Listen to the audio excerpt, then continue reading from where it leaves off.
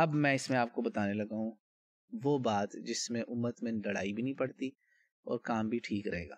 یہاں تو دیکھیں حدیثیں تو موجود ہیں نا, قرآن سے تو نہیں ثابت. یہ کیا لیلۃ البراء جو ہے نا ثابت ہے اس سے حدیث سے؟ حدیثوں میں جی کافی کچھ ہے, بہت لٹریچر ہے. بے شک وہ حجازی حدیثوں میں کچھ نہیں ہے, وہ ادھر شام میں ہی کوئی حدیثیں اس کی بنتی نہیں.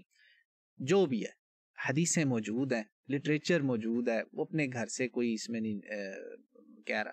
تو لیلۃ البراء, لیلۃ النصف من شعبان, اس کا کچھ نہ کچھ ہے. اسی لیے مفسرین دیکھیں اس کا رد تفسیروں میں نہیں کر رہے کہ وہ رات نہیں ہے, اس سے بھی کہہ رہے ہیں کہ قرآن سے اس کو ثابت نہ کرو.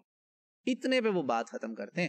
یہاں بات یہ کہ جو حدیثوں سے نکلتا ہے نا ثبوت, اس پر دیکھیں علماء اہل سنت میں بھی اور اہل تشیع میں بھی غالباً as far as I remember reading or learning from our اساتذہ, کہ کمزور بھی حدیث ہونا, فضیلت کی جو باتیں اس پہ عمل کرنا کوئی غلط بات نہیں. اس کو بہت لوگوں نے مانا ہوا ہے. اس لیے دیکھیں اس رات کوئی بندہ واقعی چاہتا ہے اپنے گناہوں کی مغفرت لینا اور رمضان میں توبہ تائب ہو کے داخل ہونا چاہتا ہے, کر لے عبادت.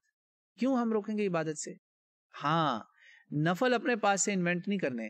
25 نفل, 50 نفل, 100 نفل, ایک ٹانگ پہ کھڑے ہو کے اتنے نفل, 100 دفعہ قل ہو اللہ احد پڑھنا, یہ سارے اتنے نفل آنے ہیں نا, توبہ توبہ استغفر اللہ, وہ کہاں سے آئے بھائی؟ اس کا ثبوت دینا وہ تو کہیں نہیں ہے. یہ تو کچھ خدا کا خوف کریں. اتنا تو نہ آگے جائیں کہ چلو اتنا مان لیا کہ یار نصف شعبان کی رات ہے, دیٹس انف, بس ٹھیک ہے چلو مان لیا.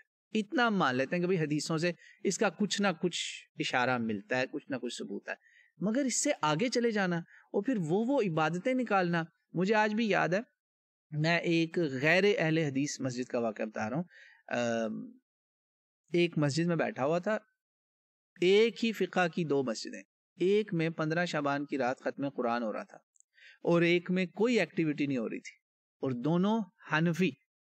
انہوں نے کہا یہ کلاسیکل اگزامپل آپ کے سامنے کہ جب ایک نفل چیز اتنی بڑھا دی جائے کہ وہ فرض سے بھی اوپر نکل جائے, یہ دیکھ لو آپ, ہم یہ نہیں کریں گے. ایسے لوگ بھی اس امت میں موجود ہیں جو اپنے ہی فقہ کے اندر بھی مصلح ہونے کا کام کرتے ہیں, اصلاح کا کام کرتے ہیں.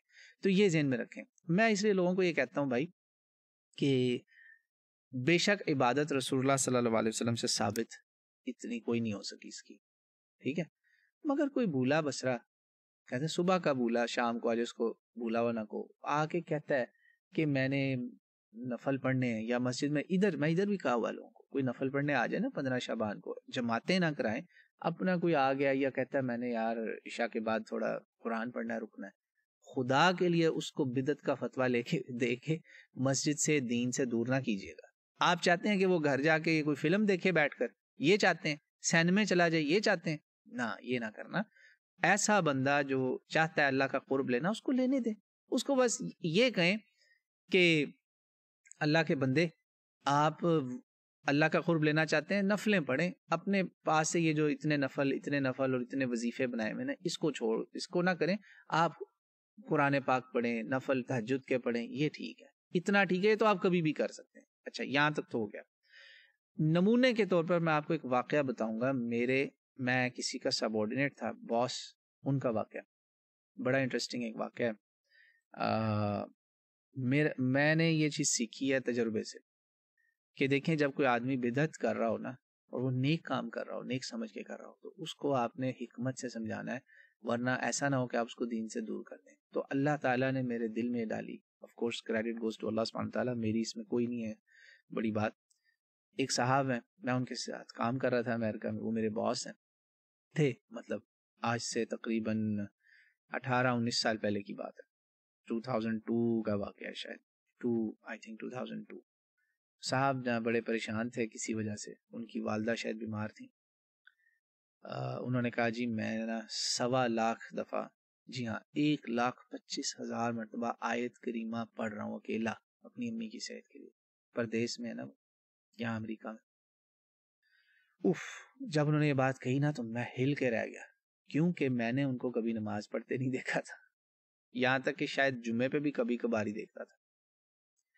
میں بڑا پریشان. اب وہ مجھے رائڈ دے رہے ہیں, مجھے ساتھ لے کے جا رہے ہیں. میں نے کہا یہاں حق بولنا بڑا مشکل کام ہے, پتہ چلے کہ اتر جا گاڑی سے, شکل نہ دکھائیں, یو آر فائرڈ, گئے تم جاب سے.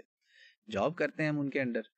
تو میں نے ان کو کہا, میرے مسلمان باس امریکہ کے اندر, میں نے ان کو کہا سر اگر برا نہ منائے تو میں ایک بات کہوں، اللہ تعالیٰ کے سامنے کوئی التجا کرنا، کوئی بات سب منت کرنا، بالکل ہم نے اللہ سے ہی کرنی.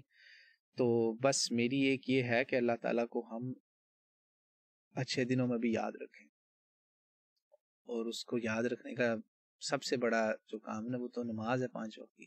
تو اللہ تعالیٰ تو کہہ سکتا ہے نا کہ تم بندے اپنے کام کے لیے تو میرے سامنے اتنا ذکر ورد کر رہے ہو، اور جب میں تمہیں بلاتا ہوں اور تم میرے پاس آتے نہیں. بلیو می، یہ جو میں آپ کو لائنیں بول رہا ہوں نا، اس سے آدھی لائن، ایک لائن کم ہو سکتی، زیادہ نہیں ہوگی. بلیو می، میں نے 1 منٹ سے زیادہ ان سے بات نہیں کی، بس اتنا ہی کہا. اور ان کو یہ نہیں کہا کہ یہ بدعت ہے، یہ حرام ہے، نہیں کرنا. آیت کریمہ کس نے تمہیں کہا 1,00,000 دفعہ پڑھو؟ نہ کوئی فتویٰ بازی نہیں کی. اللہ کی قسم، اللہ کی قسم، میں سچ کہہ رہا ہوں آپ کو، اللہ میرا گواہ ہے، وہ دن آج کا دن میں نے اس بھائی کو 5 نمازیں چھوڑتے نہیں دیکھا. وہ 5 وقت کا نمازی بن گئے. تہجد بھی انہوں نے شروع کر دی، اتنی ایسے نمازیں شروع کی کہ میں اٹس مائنڈ بلوئنگ، میں حیران پریشان ہو گیا.